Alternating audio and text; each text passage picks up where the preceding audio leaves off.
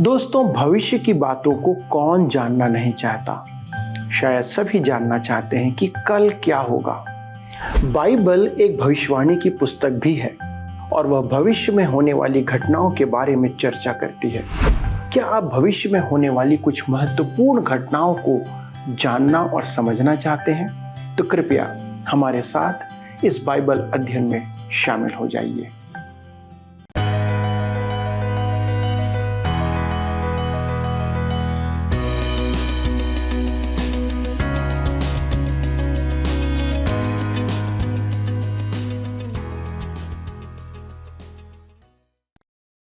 प्रिय मित्रों, नमस्कार। इस समय आप ट्रांस वर्ल्ड रेडियो इंडिया की प्रस्तुति सत्य वचन देख रहे हैं। ये परमेश्वर के आशीषमय वचन को सरलतम रीति से प्रस्तुत करने का प्रयास है, ताकि हर एक जन परमेश्वर के साथ संगति करने और उसके कार्यों को समझकर उसके योग्य जीवन जी सके। क्योंकि परमेश्वर ने मनुष्य को अर्थात आपको और मुझको सृष्टि की सब जीवों और वस्तुओं से उत्तम उद्देश्य के साथ बनाया है। हम जितना अधिक उसके उद्देश्य के प्रति सजग होते हैं, उसके बारे में जानते हैं, हम उतना उसके समीप जाते हैं और इस संसार में हम उतना ही संतुष्ट और आनंदित जीवन जी सकते हैं। एक संतोषजनक जीवन की हम सब आशा करते हैं, लेकिन हमारा दृष्टिकोण और परमेश्वर का दृष्टिकोण अलग है, भिन्न है। परमेश्वर का वचन इन भेदों को प्रकट करता है। परमेश्वर ने पापी मनुष्य के साथ संबंध बनाने के लिए उपाय किया। उस उपाय को प्रदर्शित करने से सैकड़ों वर्ष पहले ही बाइबल इस बात को प्रकट करती है, जो प्रमाणित करता है कि ये परमेश्वर के सत्य वचन हैं। इसलिए मनुष्य के लिए उसकी बातों को जानना मन को आनंदित करता है। आइए बाइबल के अंदर भजन संहिता की पुस्तक से हम उन्हें आज के अध्ययन के द्वारा से जानें। मित्रों, जैसा कि आप सब जानते हैं कि हम इन दिनों भजन संहिता से अध्ययन कर रहे हैं, तो आइए आज हम भजन 68 से अध्ययन को आरंभ करें, जिसका विषय है मुक्ति का गान जो राज्य में प्रवेश का है। यह मुक्ति और विजय का गीत है। भजन 67 में हमने राज्य देखा था और इस भजन में हम राजा को उसकी महिमा और सामर्थ्य में देखते हैं।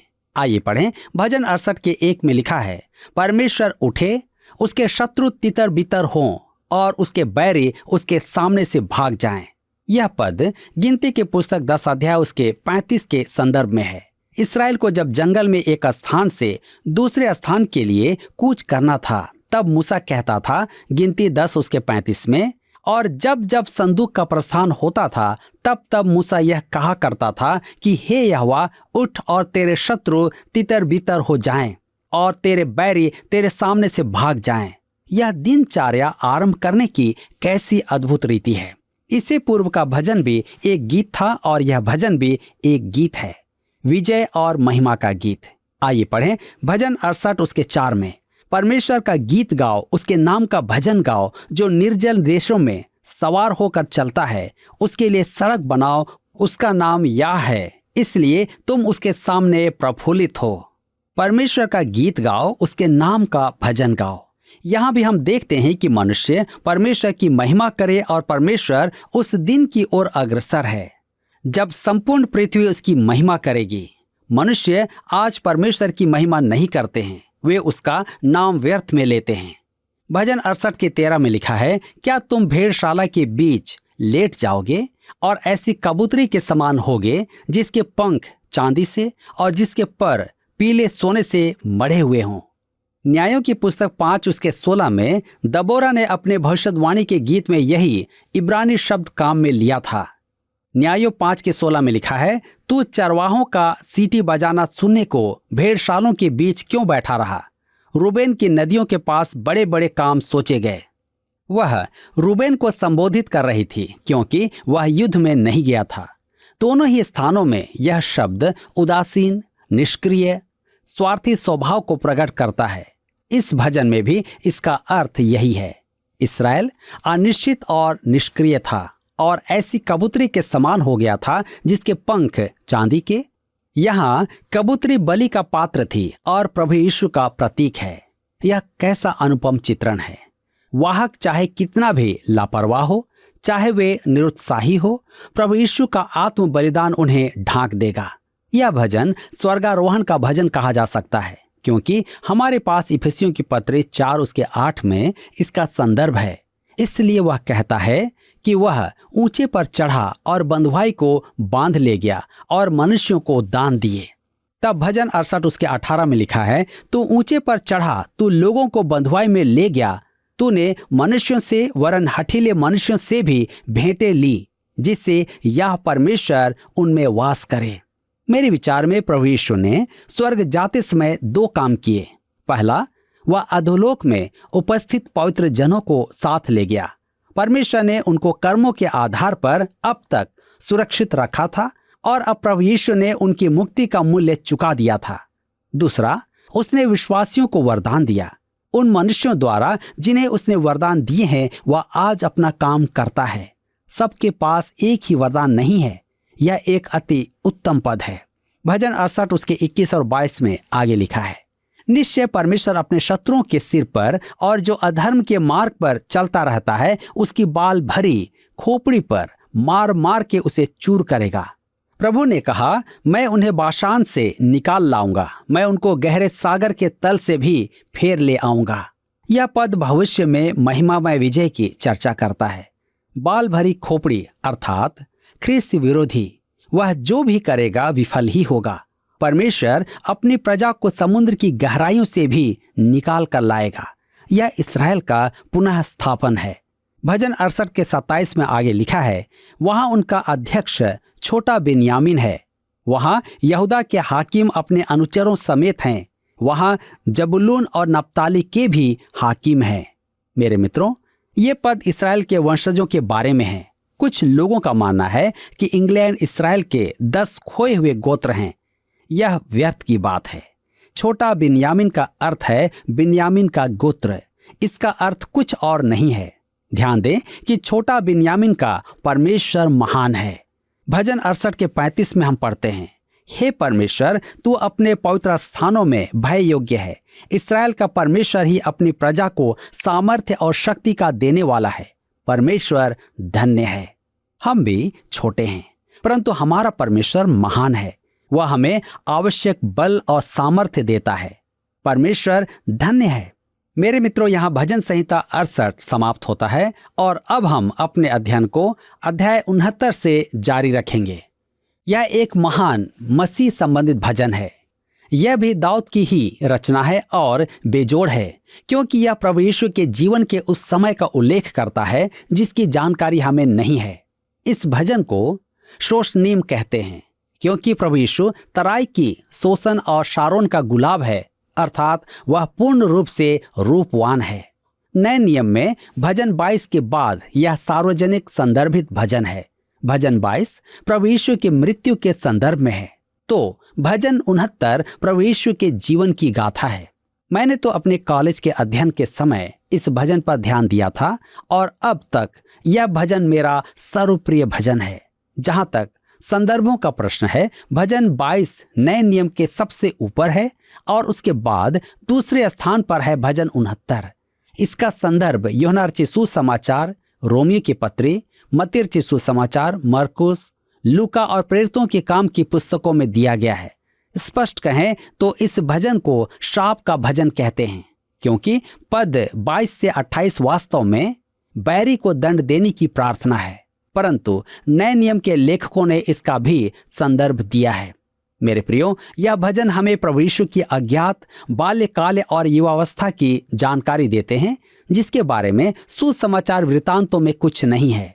डॉक्टर लूका हमारे प्रभु यीशु के जीवन की एक घटना का उल्लेख करता है जब वह 12 वर्ष का था। तदुपरांत 30 वर्ष की आयु तक उसका कोई विवरण नहीं दिया गया है। प्रभु यीशु के जीवन के इस समय के बारे में यह भजन कुछ जानकारियां देता है। हम यहाँ नासरत में प्रभु यीशु के अंधकार के पल और क्रूस का समय देखते हैं। उसकी यह प्रार्थना वास्तव में न्याय की मांग है। यह भजन उसके अपमान और त्याग का भजन है। हम नासरत से आरंभ करते हैं और एक बालक, किशोर और युवक के दिल के सिसकी सुनते हैं। तो आइए हम अपने अध्ययन में आगे बढ़ें और भजन 69 उसके एक पद को पढ़ें, लिखा है, हे परमेश्वर मेरा उद्धार कर, मैं जल में डूबा जाता हूं। देखिए उसने कैसा कष्ट उठाया। क्रूस पर उसके कष्ट अत्यंत पीड़ादायक थे, परंतु इस पार्थिव जीवन में उसने जो कष्ट उठाए वे लगभग असहनीय थे।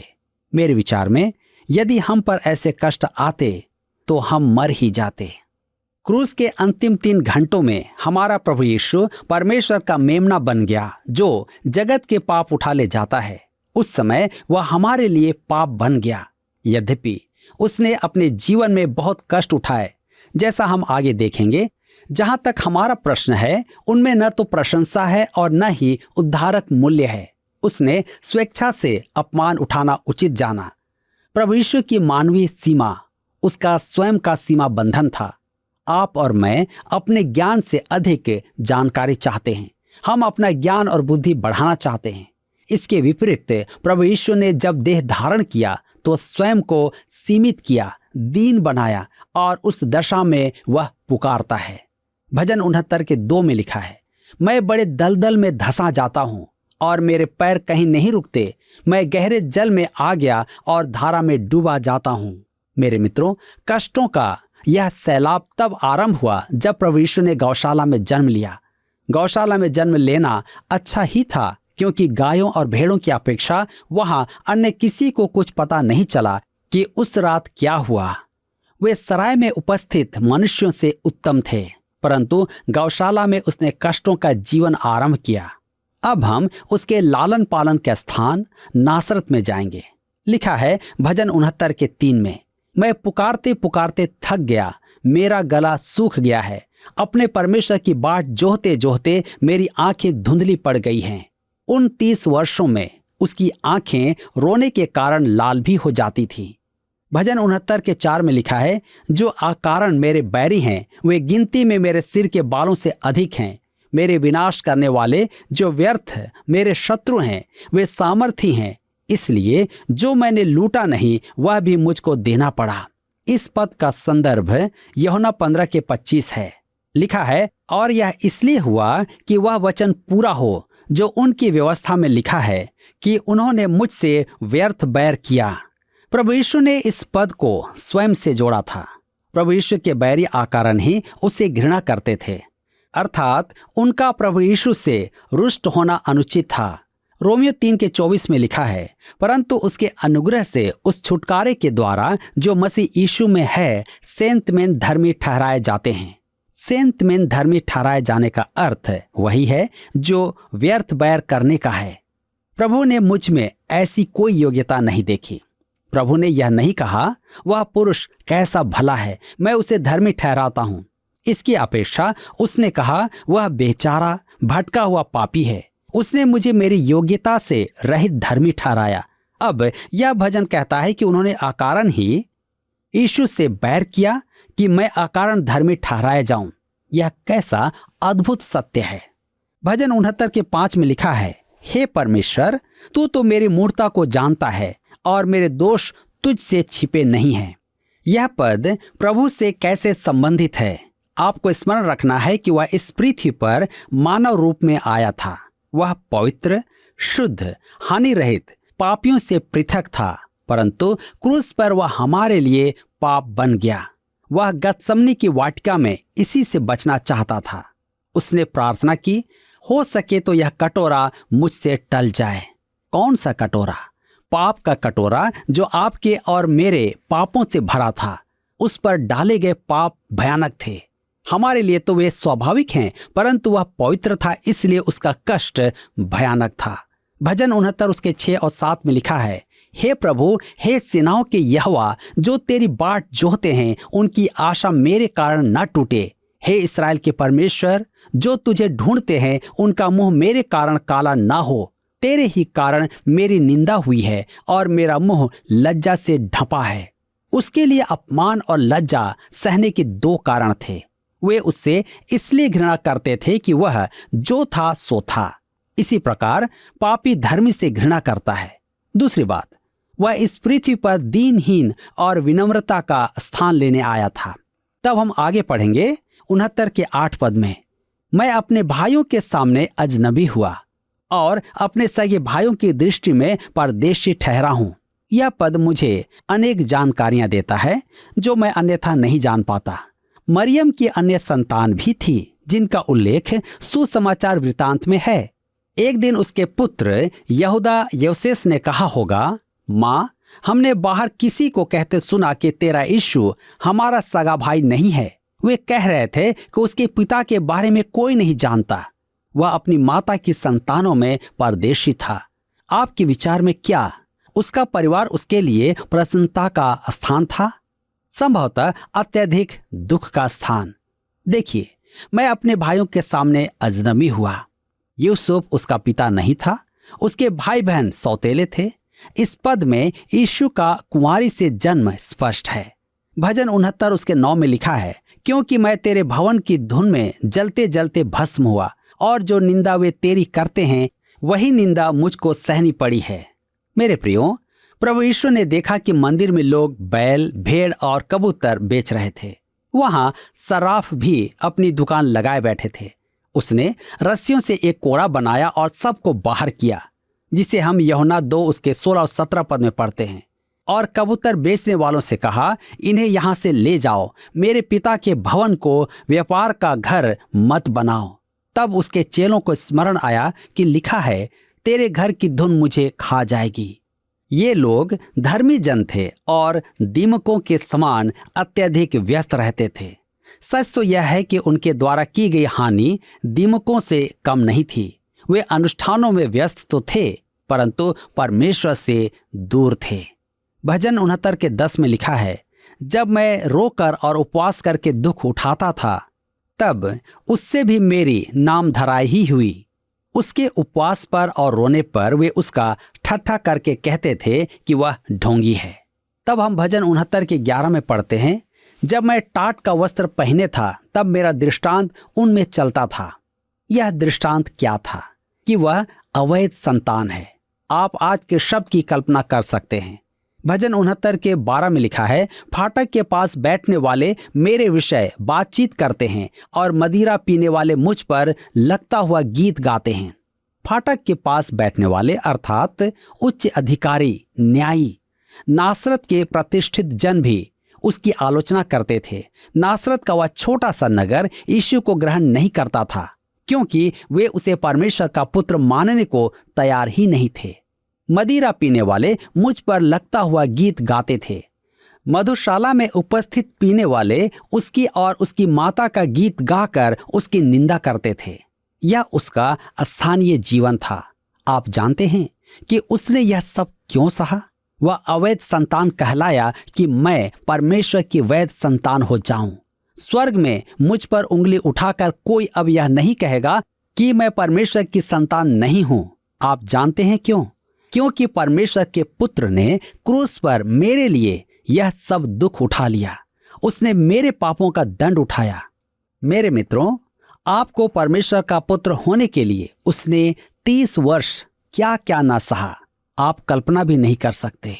भजन 69 के 13 में लिखा है, परंतु हे यहोवा, मेरी प्रार्थना तो तेरी प्रसन्नता के समय में हो रही है।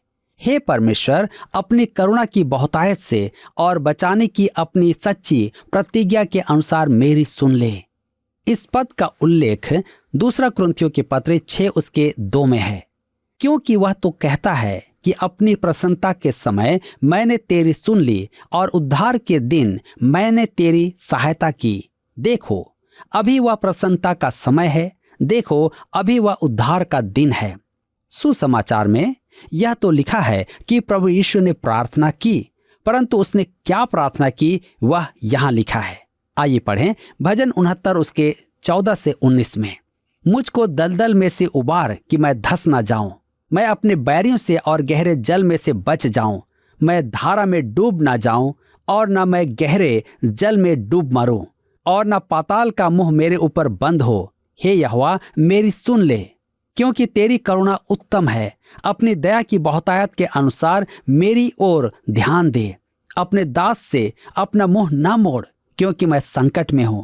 फुर्ती से मेरी सुन ले, मेरे निकट आकर मुझे छुड़ा ले। मेरे शत्रुओं से मुझको छुटकारा दे। मेरी नाम धराई और लज्जा और अनादर को तू जानता है। मेरे सब द्रोही तेरे सामने हैं। मेरे मित्रों, हम उसकी पीड़ा यहाँ देखते हैं, परंतु मुक्ति और विजय का विश्वास भी यहाँ व्यक्त है। न तो गहराई न कुंड उसे रोक सकता था, वह तो वहां से उभारा जा चुका था। अगले 2 पद प्रभु यीशु के क्रूस के अंधकारपूर्ण पलों को व्यक्त करते हैं। भजन संहिता 69 उसके 20 और 21 पद। मेरा हृदय नामधराई के कारण फट गया और मैं बहुत उदास हूं। मैंने किसी तरस खाने वाले की आशा तो की, परंतु किसी को ना पाया, और शांति देने वाले को ढूंढता तो रहा, परंतु कोई न मिला। लोगों ने मेरे खाने के लिए इंद्रयान दिया और मेरी प्यास बुझाने के लिए मुझे सिरका पिलाया। यह उसकी मध्यस्थता की प्रार्थना है। भजन 69 के 22 में लिखा है, उनका भोजन उनके लिए फंदा हो जाए और उनके सुख के समय जाल बन जाए। पौलुस रोमियो की पत्री में इसका संदर्भ देता है, रोमियो 11 उसके 9 और 10 पद में। और दाऊद कहता है, उनका भोजन उनके लिए जाल और फंदा और ठोकर और दंड का कारण हो जाए। उनकी आंखों पर अंधेरा छा जाए ताकि ना देखें, और तू सदा उनकी पीठ को झुकाए रख। कुछ लोग बदला लेने की प्रार्थना को विश्वासियों के लिए अनुचित मानते हैं, क्योंकि यह मसीह का इनकार करने वालों के संबंध में नए नियम में लाया गया है। इसलिए मैं इसमें अविश्वास का सा कुछ भी नहीं देखता। मेरे विचार में बदला लेने वाली प्रार्थनाओं को समझने में बड़ी भूल की गई है। जब आप उन्हें अपने उचित स्थान में रखते हैं तो वे भटके हुओं पर न्याय की याचना है। भजन 69 के 25 में लिखा है, उनकी छावनी उजड़ जाए, उनके डेरों में कोई न रहे। प्रेरितों के काम 1 उसके 20 में लिखा है, क्योंकि भजन संहिता में लिखा है कि उसका घर उजड़ जाए और उसमें कोई न बसे और उसका पद कोई दूसरा ले ले। पतरस यहूदा के संबंध में इस पद का संदर्भ देता है। तब हम भजन 69 उसके 26 से 28 में पढ़ते हैं, क्योंकि जिसको तूने मारा वे उसके पीछे पड़े हैं, और जिनको तूने घायल किया वे उनकी पीड़ा की चर्चा करते हैं। उनके अधर्म पर अधर्म बढ़ा और वे तेरे धर्म को प्राप्त न करें। उनका नाम जीवन की पुस्तक में से काटा जाए और धर्मियों के संग लिखा न जाए। ध्यान दीजिए, उनका नाम जीवन की पुस्तक में से काटा जाए। इस पर प्रश्न उठाया जाता है। प्रकाशित वाक्य 3 उसके 5 पर बहुत विवाद है। लिखा है, जो जय पाए उसे इसी प्रकार श्वेत वस्त्र पहनाया जाएगा, और मैं उसका नाम जीवन की पुस्तक में से किसी रीति से ना काटूंगा, पर उसका नाम अपने पिता और उसके स्वर्गदूतों के सामने मान लूंगा। इससे स्पष्ट है कि सृष्टि की एक पुस्तक है, और जब हमारा जन्म हुआ तब उसमें हमारा नाम लिखा गया। भजन 139 उसके 16 में लिखा है, तेरी आंखों ने मेरे बेडौल तत्व को देखा, और मेरे सब अंग जो दिन दिन बनते जाते थे वे रचे जाने से पहले तेरी पुस्तक में लिखे हुए थे। उद्धार पाए हुओं के लिए भी एक पुस्तक है, कर्मों की सी एक पुस्तक है। ऐसा प्रतीत होता है कि नाम काटना उद्धार पाए हुओं के कर्मों से संबंधित है। उद्धार की पुस्तक से किसी का नाम काटे जाने का कोई उल्लेख नहीं है। इस वचन के अनेक अर्थ निर्धारण किए हैं। एक और अर्थ है, जब आपका जन्म होता है तब आपका नाम जीवितों की पुस्तक में लिखा जाता है। मैं इसे यूं मानता हूं कि आप उद्धार के प्रत्याशी हैं। उस पुस्तक से आपका नाम काटने का अर्थ है कि आपने सीमा पार कर दी और अब आप उद्धार के प्रत्याशी नहीं हैं। परंतु यहाँ भजन 69 में जीवितों की पुस्तक स्पष्टतः सृष्टि की पुस्तक है। धर्मियों के संग लिखा ना जाए, अर्थात उद्धार की पुस्तक में उनका नाम ना आए। मेरे प्रियो, यह क्या ही गंभीर बात है कि आज हमारे नाम भी उस पुस्तक में लिखे हुए हैं। लेकिन सच यह है कि क्या मैंने प्रभु यीशु मसीह को अपने जीवन में स्थान दिया है? क्या उस पुस्तक में मैं अपने नाम को देख सकता हूं? आज इस पर अवश्य ही विचार करें। प्रिय मित्रों, हमने देखा कि परमेश्वर ने आरंभ में संसार की रचना करते समय हम मनुष्यों को सबसे ऊपर रखा। हम उसकी योजना के मूल हैं, लेकिन मनुष्य पाप में पड़कर उसके मूल उद्देश्य से भटक गया, जिसे केंद्र बिंदु बनाकर उसने सब कुछ को बनाया था, पर वह दंड का भागी बन गया। बाइबल उत्पत्ति 6वें अध्याय के 6वें पद में बताती है कि परमेश्वर मनुष्य को बनाने से पछताया और वह मन में खेदित हुआ, लेकिन उसने मनुष्य को पतित अवस्था में छोड़ नहीं दिया। उसने उद्धार के विकल्प को, छुटकारे के विकल्प को प्रशस्त किया। बाइबल एक अद्भुत ग्रंथ है जो आने वाली घटना और प्रबंध के बारे में पूर्व ही प्रकाशित करती है कि उद्धारकर्ता के रूप में वह यीशु में होकर संसार के लोगों को बचाएगा। दोस्तों, सुसमाचार उसके 12 वर्ष से 30 वर्ष के समय में क्या हुआ इसका कोई विवरण नहीं देता, लेकिन दाऊद अपने भजन के अंदर 69वें अध्याय में काव्यात्मक रूप से लगभग 1000 वर्ष पूर्व चर्चा करता है कि भविष्य में क्या होगा। क्या फिर भी यीशु को अपना उद्धारकर्ता स्वीकार करने के लिए कोई संकोच की बात हमारे लिए रह जाती है? आइए हम उसे अपने जीवन का प्रभु मानकर उसकी महिमा करें और उसकी आशीषों का कारण बने, जिससे कि हमारे नाम जीवन की पुस्तक में लिखे जाएं। आइए प्रार्थना करें।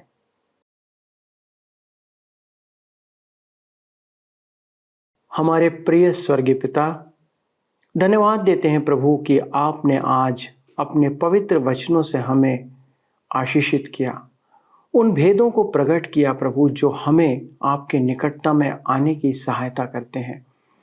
पिता, अनुग्रह करें कि ये जो वचन आज हमारे हृदय में बोया गया है ये किसी भी रीति से नष्ट ना हो, परंतु हमारे जीवन में फलवंत हो और हम पिता आपके निकटता में जीवन जीने पाएं।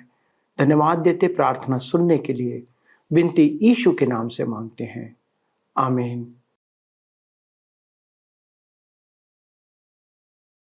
अगले प्रसारण में इस अध्ययन को हम आगे बढ़ाएंगे, लेकिन जी हाँ, हमें आपके फ़ोन का इंतज़ार रहेगा। कृपया अपना फ़ोन उठाएं और हमें संपर्क करें। प्रभु आपको आशीष दे। पिछले प्रश्न का उत्तर है सी, त्रिएकता। भजन 67 का पहला पद जो गिनती के 6 अध्याय 24 से 26 पद पर संदर्भित है, परमेश्वर की त्रिएकता को प्रकट करता है। आज का प्रश्न है, भजन खाली स्थान हमें प्रभु यीशु मसीह के अज्ञात बाल्यकाल और युवावस्था की जानकारी देता है। ए, भजन 69, बी, भजन 70, सी, भजन 68, डी, भजन 71। मित्रों, इस प्रश्न का उत्तर हमें कल सुबह 6 बजे से पहले विकल्प ए, बी, सी या डी के साथ अपना नाम, पता, स्थान के साथ 9651433397 पर SMS या WhatsApp करें। सभी विजेताओं को विशेष पुरस्कार प्रदान किए जाएंगे। धन्यवाद। क्या आपको यह कार्यक्रम पसंद आया? अभी हमें एक मिस कॉल करें और आप अगले विजेता हो सकते हैं।